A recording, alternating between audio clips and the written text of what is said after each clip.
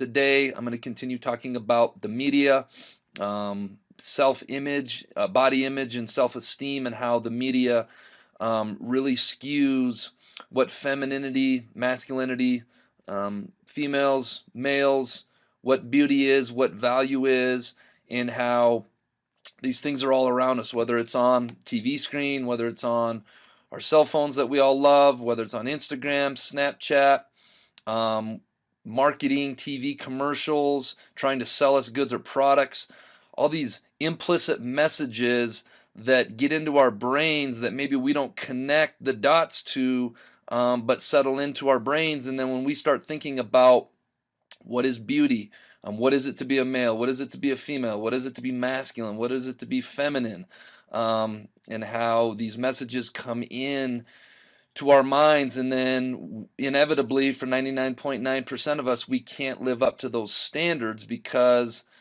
those standards aren't realistic in the first place, and how that affects our self-esteem. I talk all the time, middle school students, it's a tough time in your life, going through puberty, um, socially trying to connect, maybe becoming romantically interested in other people. You start becoming more aware of yourself, how you're different from other people. As human beings, we're all very insecure, myself included, your teachers included, your parents included.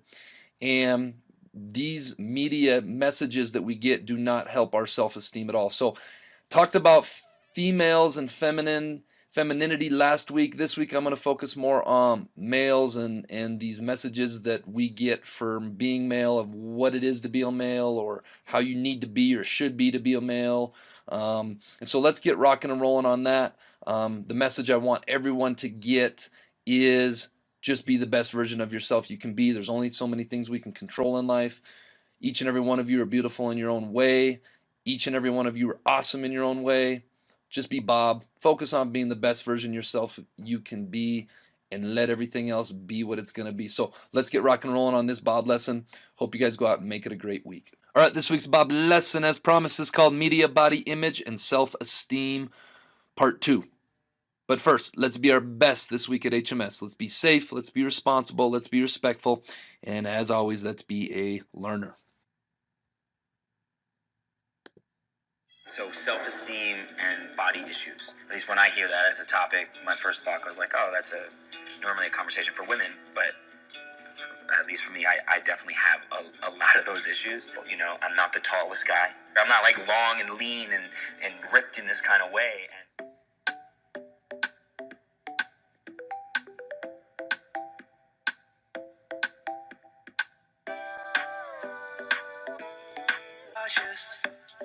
I obviously don't fit that mold, and I never have. I see pictures of like male models on Instagram, like I could be doing better. Sometimes I feel like, oh my God, I feel so good. And then sometimes I feel like I don't even want to come out from under the covers.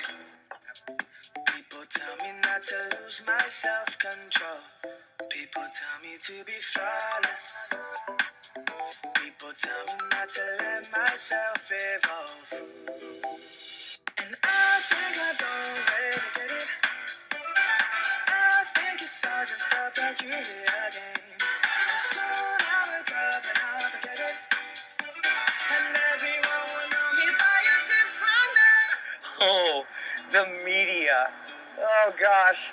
How does the media define our bodies? I think it sucks that the media defines our bodies, because it doesn't give us a whole lot of room for us to be ourselves and be comfortable in who we are. It's taken me, and I still struggle with it to this day. I'm 30 years old, and I struggle with it every single day. I think the media has kind of fueled the emphasis of us looking a certain way. I think before it was about your swagger and your confidence. Right. Now it's becoming more physical. I want it to be stronger. I want it to be everything for you. Oh, hey, I think you know everybody here. Wait, really, can't you? Oh, no, don't worry. Just keep your hands and feet away from his mouth. Don't you have any respect for yourself? This is absolutely gross. That boy is a P.I.G. pig. If I could be stronger, would you believe?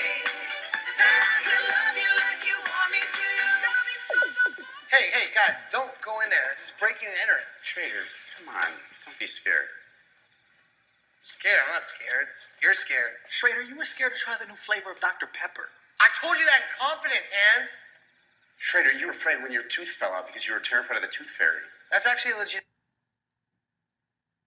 Okay. Fine, whatever, dude. Stay here. Fine, I will. Okay, guys, seriously. I don't want to be here alone when the walls start to bleed. Better, baby. Beginning of good things.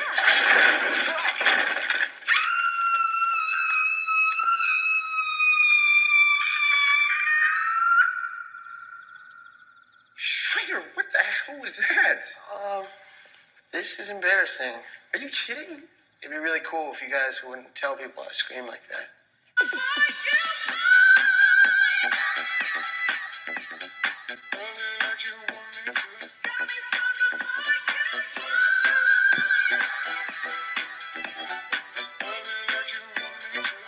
I think it all just goes back to like that caveman mentality of like the bigger, stronger, more prominent male is going to be the one to attract the most women. I hold my breath every time.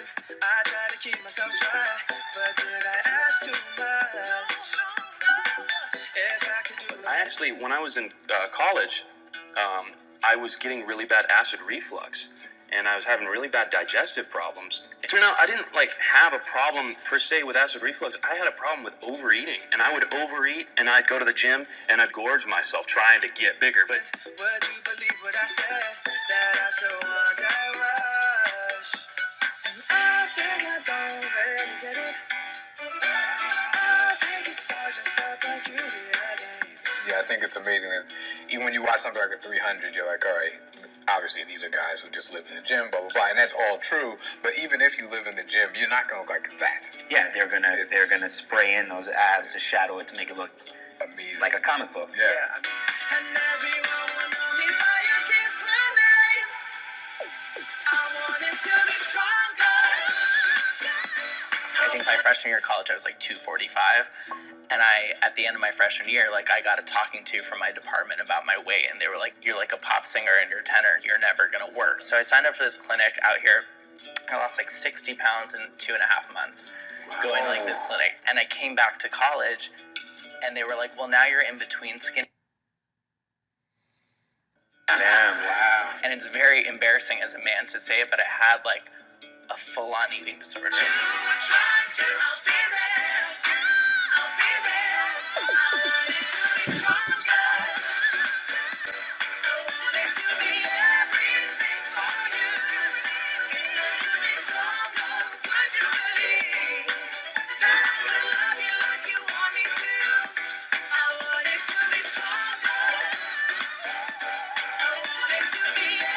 We need to be willing to broaden the definition of what handsome and sexy means. What my body should look like and what your body should look like are completely different things. I don't know that there is a perfect what a male body should look like, because I've seen beautiful male and female bodies in all different shapes and sizes.